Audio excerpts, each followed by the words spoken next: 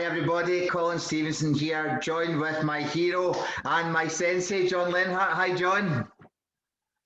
Now Hi. today we are going to be talking about compassion how.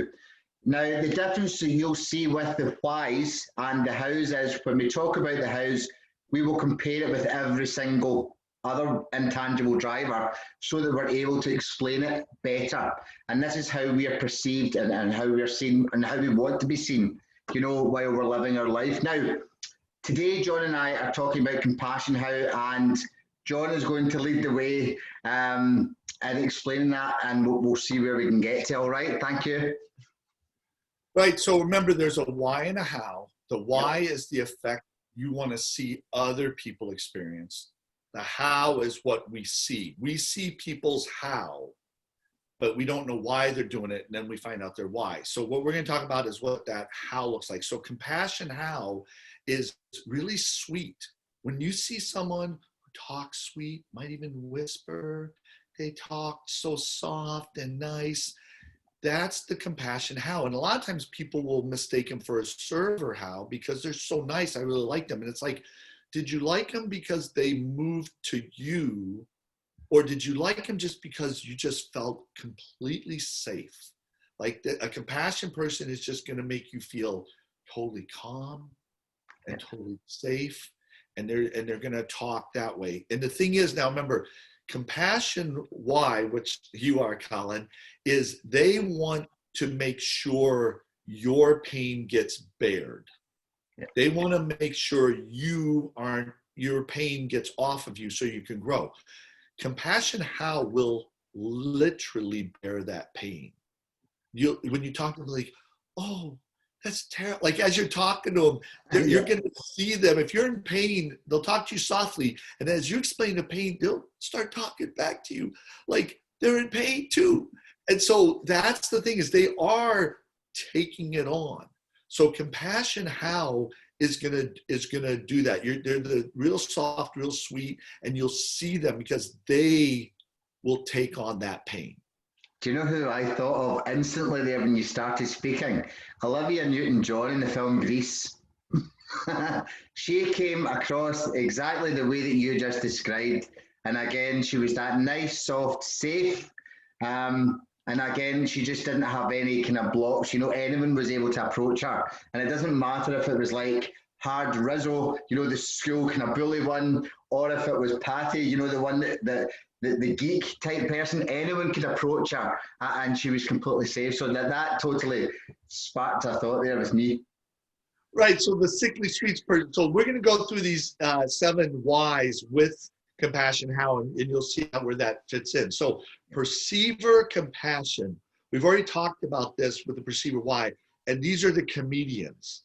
Yep. So what happens is these comedians who are just, like Richard Pryor was perceiver compassion. He would get up there and tell the most personal, like he was bearing your pain and he was sharing his pain and he didn't mind looking bad. And that's what made him so fierce as a comedian.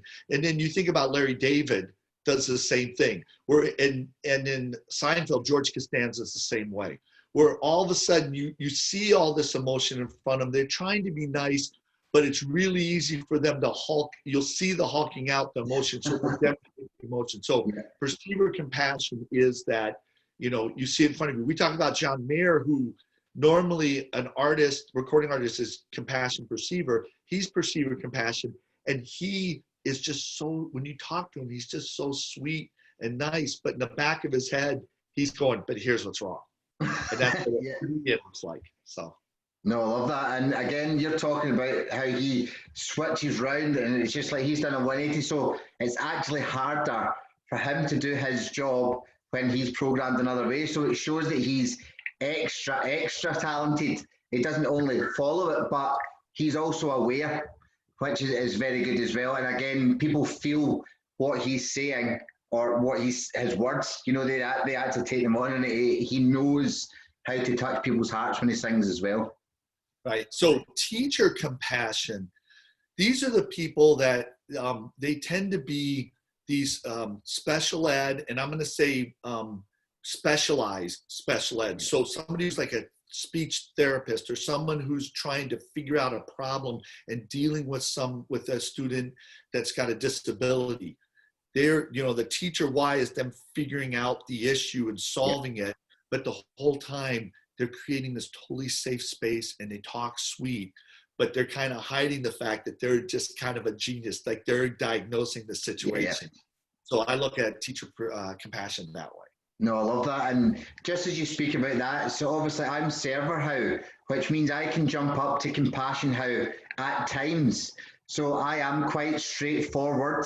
I am quite, I don't mess with my words, but sometimes I know because my compassion why allows me to feel how to approach the situation. And then my server how lets me do so. So I understand sometimes I do have to talk a little bit. And it's okay, and and you do come across. So again, it's still being within myself to do. So I'm naturally gaining energy by understanding. And just as you were talking about that, the kind of teacher why, understanding and trying to work out in the background, that's what the server how allows me to do. But the whole coming across is soft. Right. So compassion, why you feel what other people are feeling, but you don't necessarily show it. No. Compassion, how feels it and shows it. So compassion is a martyr. Compassion is this person is feeling the pain and they are bearing the pain. Why bear the pain? Like that's what a martyr is. A martyr is compassion. A lot of people say, I think I'm compassion. I'm like, it's very rare to find a compassion person. They're most likely server compassion or compassion server, and they can move there and they might be in a context that puts them there. But to find compassion people it's really, really difficult. You could say these are martyrs. You could say there's people out there who talk about being empaths, where they just, all they do is just soak up all of the bad feelings and not do anything else. I would say they're compassion. If they soak that up and then explain it or talk or do any steps, they are not compassion. Compassion is all one way. I am here to soak up all the pain, and that's all I'm here for. And that's very, very difficult when they don't know how to release it. And then when they hulk out, they look like they're the worst person in the world because it's like they double hulk. It's like both parts, they're having their why both hulk out, and people don't understand. But then what I find with these compassions is they'll go for so long, they'll burn out. But before they hulk out and before they realize there's this gap where they don't understand, and it almost comes like a depression, and where they feel overbeared with physical pain, and they can have trapped emotions can cause them this. And this is where, again, we've talked about kind of diagnosis within people, medical diagnoses that are wrong, because they've been misdiagnosed. Compassion could be misdiagnosed for several things that allow their energy to feel drained and things like that. Right. And so, it's like I said, it's very rare, but when it does happen, helping these people understand that, because everybody's telling them to go forward, that's not what they do. Giver compassion is like what you were talking about with Olivia Newton-John. I like to see it as you're the sweet grandma. Yeah. So give her compassion. She's going to talk really sweet, and she's just always going to be giving you something, whether it's candy or a better idea. And Olivia Newton-John in that movie, that's what she was give her compassion. She's always trying to see the benefit in everything, and she's always trying to say, well, what about this? Well, what about that? Well, and she's always trying to give of herself and stuff. So that's like the giver compassion is just the most sweetest, nicest person you're ever going to meet. And that was we had the conversation a few videos ago. My grandmother's the exact same, but I told you she wants to kind of make sure she's giving in order to help and heal. And it's lovely. But again, it's knowing that, to know that you need to take from them to make sure they don't take from you. Right, because then they'll turn around on you. Server compassion, we've talked about this one before, Mr. Rogers. So, and server compassion is that he's always talking nice, but you don't know why he's talking nice. And server compassion throws a lot of people. It's one of those things where if it's Mr. Rogers, we love him. But if it's your friend, you're like, they kind of creep me out. I really don't know why they're doing it. They wear you out. So I had a client I spoke to you about the other night who's server compassion, and I didn't have the compassion how video to give to her because we hadn't done it yet. So she's going to be super stoked to watch this one today. But yeah, and again, the server why allows people not to be understood the way that they see. So then if they're being super nice, but the person doesn't understand why, this causes people to be wary of them. And this again becomes very difficult when the server compassion doesn't know that that is their intangible drivers. Right, right. Administrator compassion is really an interesting one. And there's a person, a very famous person, if you know music, Rick Rubin, he's a music producer. I know the name. I don't know if you're familiar with him. Yeah, he was producing Johnny Cash albums, but he works with everybody. He'll work with Kanye. He'll work with everybody. And he's administrative compassion. If you get a chance, to look at a video of him being interviewed, he's just really, like, he's Mr. Rogers in that he's just really super nice and he's just really super chill and he's just easygoing and everything. But when you ask him a question about why he's doing what he's doing, and he is a total flow guy, don't get me wrong, a music guy, he is administrating all these things, and a music track is all these different sounds and everything. And he just really, there's all these stories about him getting the daily tracks. He won't be in the recording studio. He'll have a producer do that. They'll send him everything. He'll play it on a speaker as loud as possible and sit in front of it and kind of like meditate and just that compassion is feeling it. And he's feeling like what he's doing, whether he knows it or not, is he's feeling the music because that compassion how. And then his administrator goes, okay, move this, move that, do that, da, da, da, da, da. And he's found this job that fits him perfectly. And I guarantee you when he was in school, he was a nightmare to deal with. Because there was nothing in school that fit that. There was nothing in school that fit that. But that's what I say. School's not built for anybody, and the world's built for everybody. And I think Rick Rubin's a great example of here's an administrator compassion who found something that fits him so to a T, and he's found his process, and we all benefit from this great music being made because of what he's able to do. Yeah, now there's not going to be many people that, well, I'm not aware of as many administrator compassions, to be honest. And that is, again, that's a supercomputer. We know the brain's a supercomputer, but there's certain people that are able to use these supercomputers for superhuman abilities almost, which people are now using robots for, or computers, and actual.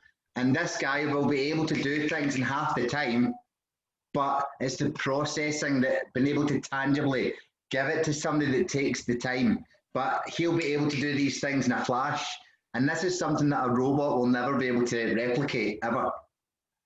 Yeah, they're trying to get the robots to do this compassion how. If you think about it, it's probably the biggest gap is that, and they try to do, well, I'm looking at your face, I'm looking at this, I'm looking at that, and they're trying to get these robots to be able to read all these feelings. But if you think about it, compassion how is going to feel what you're feeling, and then they're gonna like process it. A robot's never gonna feel it. Nope. And so for him, like I say, Rick Rubin in that music, he's feeling what the music is feeling. And then his administrator's going, if you do this, it would feel like that. And no computer is going to help you feel that. So that, that's no way. And then the last one's exhorter compassion. And, some of the best characters, these people are tough to deal with, but some of the best characters like Phil Dunphy from Modern Family and Michael Scott from The American Office, these guys were exhorter compassion. So they talk nice, they talk sweet, they're the good, nice guy, but they're always trying to be jacked up. And they have this whipsaw. Exhorter and compassion kind of work opposite each other. Compassion wants to feel what you're feeling. Exhorter wants you to feel what they're feeling. Yeah. So if you watch, what always is funny about those characters is they'll start by feeling what you're feeling. And then all of a sudden, when they get that connection, they go, now feel what I'm feeling. And everybody looks at them like, forget it. Or they go the other way. They come in, you know, and Steve Carell used to do this great in The American Office. He'd come into a moment feeling jacked up, exhorted.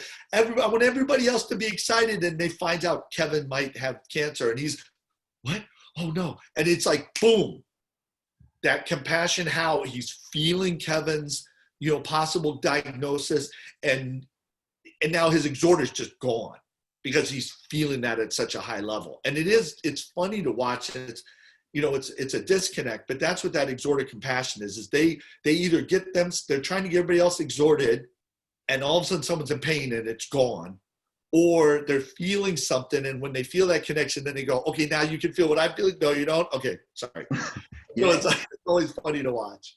Now, just as you were talking about that there, I'm thinking, so if I came to you and you were exhorter compassion, and I was to give you my story, expecting you to feel, and we know expectations, that's the main kind of letdown of the world. But if I was to come to you and say, I felt like this because of X, Y, Z, and then you start going ABC, remember we spoke about it, it's like, I'm like, no, I'm trying to allow you to feel how I am now. You're putting it, it makes people look quite selfish when it's not.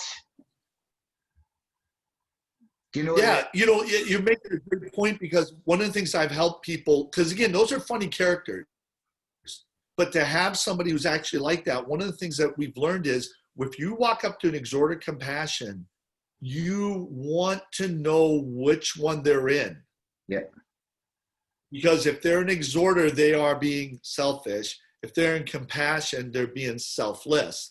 And if they're in one and you're in the other, they're going to look bipolar, and it's not going to go well. So you're making a huge point, is that when you approach an exhorter compassion, you want to find out, again, the exhorter, let them talk first, and find out if they're in the place where they want to feel what you're feeling, or if they're in the place where they want to be heard first. And so that is really tricky. It's one of these things where, like, you walk up to them, and if you get on the wrong side of it, there's nothing you can do.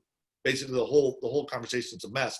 Versus if you get on the right side, the whole conversation is amazing. Yeah. But if you take that backward step and find out where they're at, then you can make sure it always goes well. Yeah, absolutely. Because, as I say, since the last year, since I've been working with you and your teachings, and I've learned so much, I always kind of take that backward step now before walking into a conversation. And there's sometimes before where I knew that I could be thinking to myself, I came here to talk to you, and now all you're wanting me to do is feel what you're feeling. How can I be excited when my rabbit's just died? You know, it's like, now you want me to, and now that I know, I'm like, cool, you're being you, awesome. Let's bring more of that, you know, because obviously you're not in a position where you're able to take on what I'm giving, you know. So it's a really valid point, because I feel that a lot of people misunderstand exhorter compassion. Definitely, they misunderstand most people, to be fair, but exhorter compassion can be it's come back to the kind of perceiver side of things. Your best friend or your worst enemy, very similar situation on the opposite end, so it's pretty cool. But no, awesome. I think the person that I have lined up for this video today, she's going to be really exciting. There's going to be a lot more people excited, because a lot of people's how is compassion, and this is going to allow them to take themselves up to the next level, which is great. So next week, I will see you soon. Thank you very, very much. Take care, John. Bye.